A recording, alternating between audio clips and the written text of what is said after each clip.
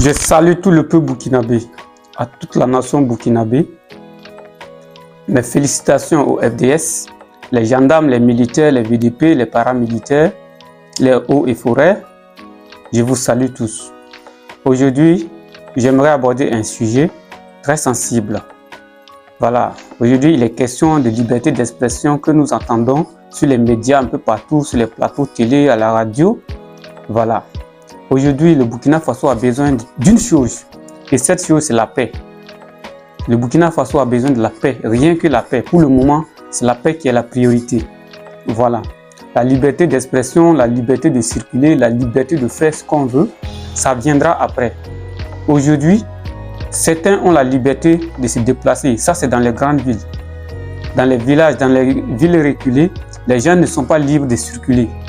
Alors, aujourd'hui, on voit dans les médias que les gens se plaignent qu'ils n'ont pas la liberté de s'exprimer.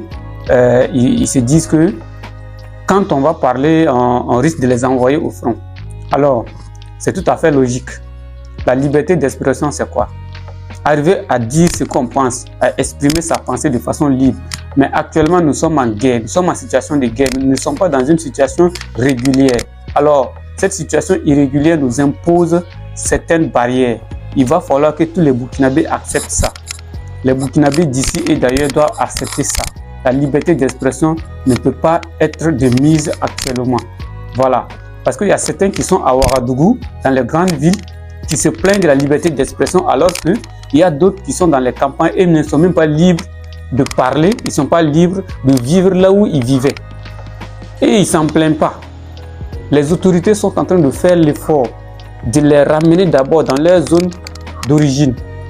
Pendant ce temps, les soi-disant intellectuels, les pseudo-intellectuels sont à Ouagadougou en train de se plaindre que non, le gouvernement actuel les prive de leur liberté. Il n'y a aucune liberté qui est privée actuellement. Si tu as même la liberté d'aller sur les réseaux sociaux parler ou d'aller s'asseoir sur un plateau télé parler, ça veut dire que tu as plus de liberté que beaucoup de Burkinabés. Si tu peux t'exprimer sur les réseaux sociaux et rentrer chez toi tranquillement dormir, c'est une liberté qui n'a pas de prix. Maintenant, s'en plaindre que non, on ne les laisse pas parler, on ne les laisse pas dire ce que... On n'a pas le droit même actuellement de dire ce qu'on pense. Parce que la guerre n'est pas encore finie. Tant que la guerre ne finit pas, aucun Burkinabé n'est libre. Tous les Burkinabés, leur liberté actuellement là est confisquée. Leur liberté là, ça n'a pas de sens. Alors, il va falloir qu'on se mette ensemble derrière ce jeune capitaine là, qui a le courage, qui a pris le courage de défendre la nation avec ses hommes, qui a pris le courage de faire ce que certains n'ont pas fait depuis 30 ans, depuis plus de 30 ans. Regardez, en une année, les décisions courageuses qui ont été prises et mises en place là. Les gens ont passé tout leur temps à regarder ces décisions et ne jamais prendre acte. Et aujourd'hui, il a le courage de prendre ces décisions, de signer des accords que les Burkinabés même ne pouvaient pas imaginer. Vous avez entendu affaire de centrales nucléaires? C'est réel, c'est réel. C'est un truc faisable au Burkina, mais nos autorités n'avaient jamais pensé à ça. Parce qu'on avait mis dans leur tête que non, ils ne pouvaient pas. Ils ne pouvaient même pas réaliser un truc pareil au Burkina. Pourquoi? Il n'y a rien d'impossible. Le jeune capitaine est en train de montrer à tout le monde entier qu'il n'y a rien d'impossible. Il suffit d'avoir le courage. Quand tu as le courage, tu décides et tu réalises. Aujourd'hui, il affronte des nations qu'on ne pouvait pas imaginer. Ça veut dire que les Burkinabés vivaient dans le noir total. Dans le noir psychologique. Psychologiquement, les Burkinabés vivaient dans le noir parce qu'ils ne pouvaient pas savoir que non, il y a des choses qu'on peut faire avec certaines nations, avec d'autres nations. Le capitaine est venu prouver au monde entier que c'est le courage et la détermination qui fait les choses. À vous les jeunes Burkinabés, toute la jeunesse africaine, levez-vous, prenez votre destin en main. Ce n'est pas quelqu'un qui va quitter ailleurs pour venir vous aider à vous occuper de vous-même. Prenez votre destin en main, faites les choses comme il se doit. Ne comptez pas sur l'extérieur. Ne cherchez pas à voyager, à aller à l'extérieur.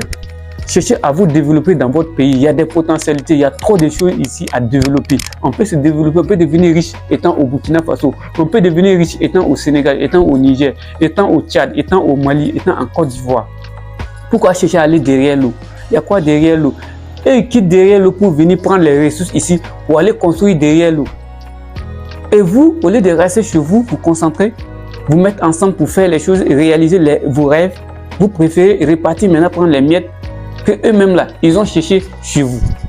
Vous trouvez ça logique? Alors, j'appelle toute la jeunesse burkinabé, toute la jeunesse africaine de sachez raison garder, de se calmer et de voir les réalités en face.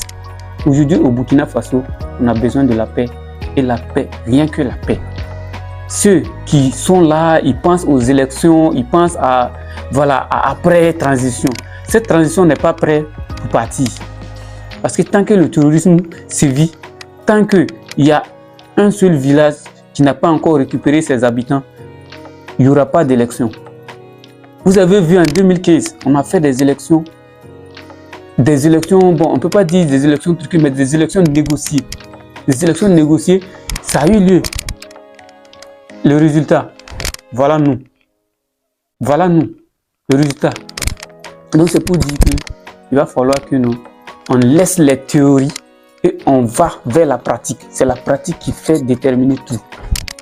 Merci à cette jeunesse, merci à nos ancêtres, merci à nos aïeux, merci à tout le peuple burkinabé, à tout le peuple africain de se mettre ensemble et de travailler pour avancer dans un seul sens et dans la même direction. S'il vous plaît, je vous en prie. Les ancêtres nous regardent, les aïeux nous regardent et le bon Dieu nous regarde.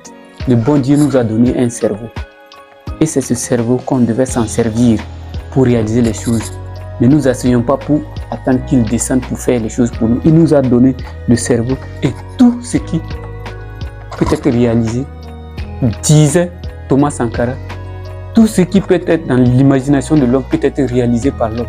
Alors, réalisons nos projets nous-mêmes en Afrique, avec les Africains, surtout avec l'aide et la bénédiction du très puissant, du bon Dieu. Merci.